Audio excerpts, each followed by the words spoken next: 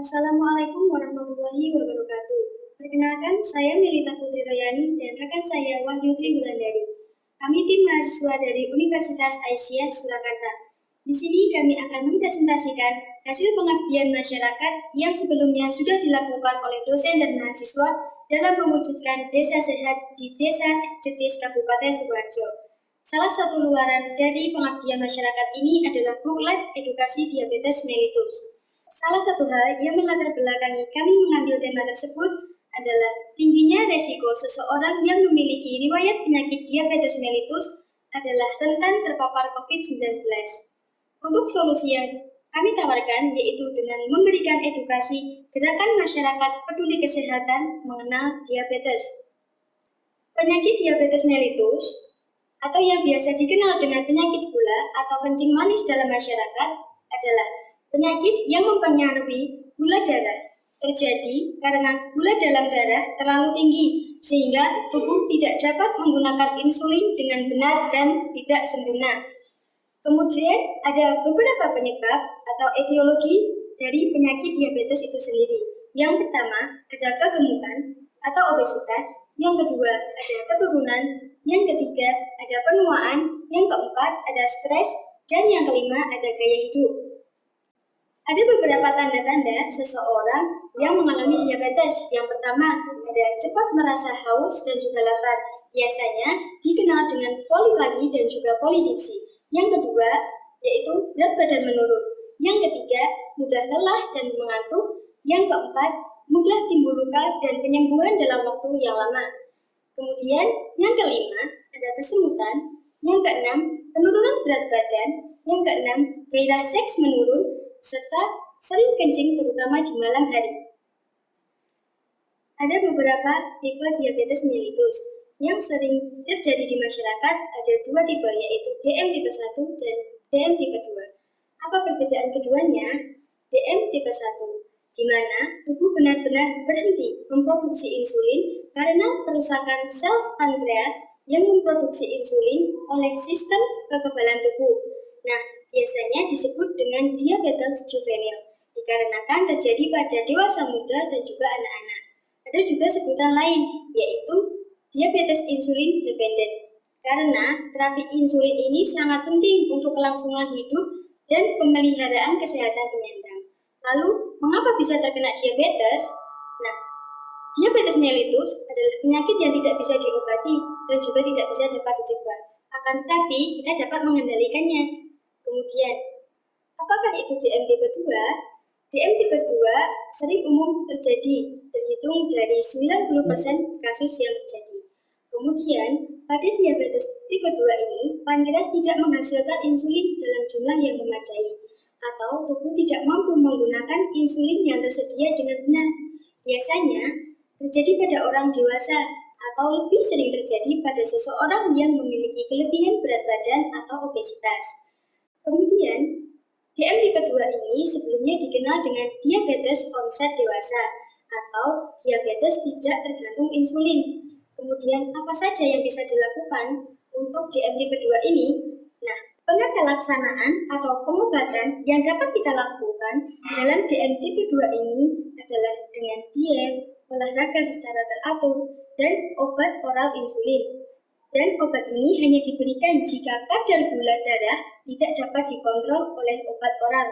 Nah, lebih dari 80% diabetes tipe 2 dapat dicegah dan ditunda dengan mengurangi faktor risiko yang dapat menyebabkan terjadinya diabetes dan mengadopsi gaya hidup sehat. Pada kasus diabetes mellitus, seseorang memungkinkan terjadi kondisi yang dinamakan hipoglikemi, yaitu kondisi di mana kadar glukosa dalam darah di bawah normal, yang menyebabkan atau sangat berbahaya bagi seseorang penderita karena bisa menyebabkan kematian. Ada salah satu hal atau tips untuk mengatasi hipoglikemia. Salah satunya adalah mengkonsumsi air gula atau minum minuman manis. Nah, bagaimana cara membuat larutan gula? Yang pertama, kita masukkan 2 sendok makan gula, kemudian dilarutkan dalam 1 gelas air. Jika setelah 15 menit keluhan hipoglikemi masih tetap ada, minum kembali larutan air gula atau makanan tinggi gula.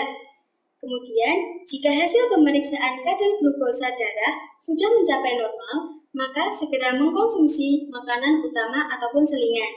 Jika ada kondisi yang membahayakan, segera rujuk ke dokter atau berkonsultasi ke dokter.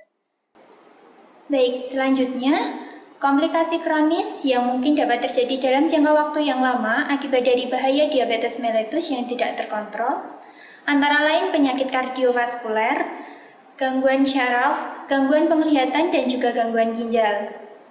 Untuk orang yang rentan terkena diabetes, yang pertama ada bayi dengan berat badan lebih dari 4 kg, kemudian orang yang pemalas, lalu seorang ibu hamil dapat beresiko menurunkan diabetes kepada kandungannya, kemudian orang yang memiliki tubuh gemuk atau obesitas, serta usia lebih dari 45 tahun.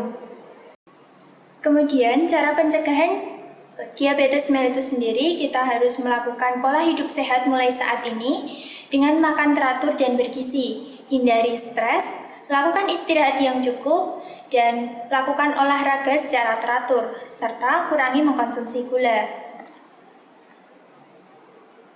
Untuk pencegahan komplikasi diabetes, yang pertama, makan makanan sehat, banyak mengkonsumsi buah dan sayur. Yang kedua, periksa mata secara teratur. Yang ketiga, cek kadar gula darah dan check up. Yang keempat, waspadai bila kesemutan seperti terbakar dan luka pada bagian bawah kaki. Yang kelima, waspadai infeksi kulit dan gangguan kulit. Yang keenam, minum obat teratur sesuai aturan dokter. Yang ketujuh, lakukan aktivitas fisik secara teratur. Kemudian kita bahas mengenai mitos dan fakta diabetes yang banyak beredar di masyarakat.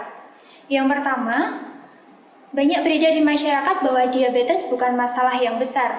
Namun, faktanya, jika dibiarkan tidak diperiksa, diabetes dapat menyebabkan komplikasi serius dan menyebabkan kematian lebih cepat dari seharusnya. Ini adalah salah satu dari 8 penyakit utama yang menyebabkan kematian pada orang dewasa, karena diabetes menyebabkan kebutaan, gagal ginjal, amputasi tungkai bawah, dan juga beberapa akibat jangka panjang lainnya. Yang kedua, benarkah penyandang diabetes mellitus boleh makan buah sebanyak-banyaknya? Mitos, karena faktanya buah adalah makanan sehat yang mengandung serat, vitamin, dan mineral. Tapi buah juga mengandung karbohidrat, sehingga konsumsinya harus diatur sesuai dengan anjuran. Kemudian yang ketiga, benarkah bahwa diabetes itu penyakit orang tua? Hal ini mitos, karena faktanya diabetes tidak mengenal usia. Bayi, remaja, dewasa, maupun lansia dapat terkena diabetes. Kemudian yang keempat, benarkah jika orang tua saya mengalami diabetes, saya pasti akan terkena diabetes mellitus? Hal ini mitos, karena faktanya memang ada faktor genetik pada penyakit diabetes, namun masih banyak faktor lain yang berperan, khususnya pola hidup dan pola makan. Selanjutnya, apakah penggunaan insulin saat hamil akan memberi dampak buruk pada bayi? Hal ini mitos, karena faktanya insulin tidak memberi dampak buruk pada bayi, malah kadar gula yang tinggi yang bisa memberi dampak buruk pada bayi. Hal ini terjadi karena hanya sedikit sekali insulin yang memasuki plasenta dibanding tablet oral, sehingga aman digunakan untuk mengendalikan kadar gula dalam darah selama kehamilan. Demikian presentasi yang dapat kami sampaikan, semoga bermanfaat. Salam sehat dan sukses selalu. Wassalamualaikum warahmatullahi wabarakatuh.